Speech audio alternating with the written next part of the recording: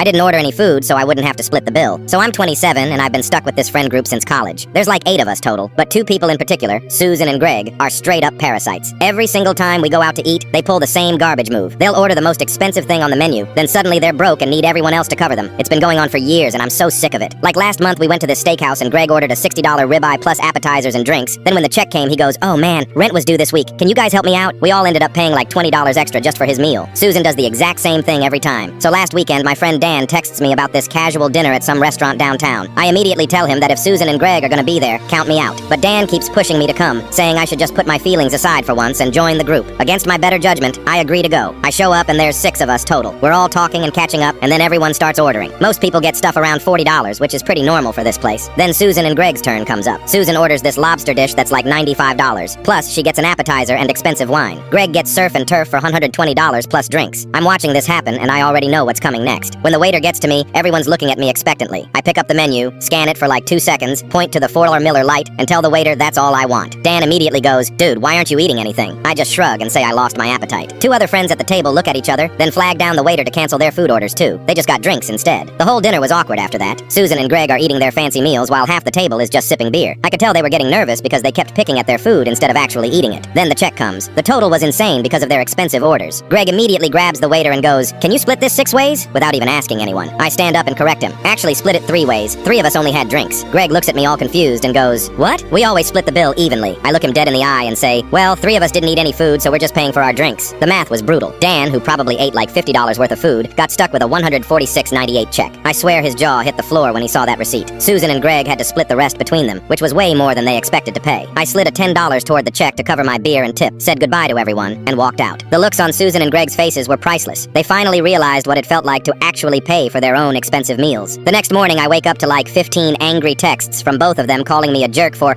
forcing them to pay more than they planned. I actually laughed out loud reading their messages. Like, the steaks alone cost more than what they ended up paying, but somehow I'm the bad guy.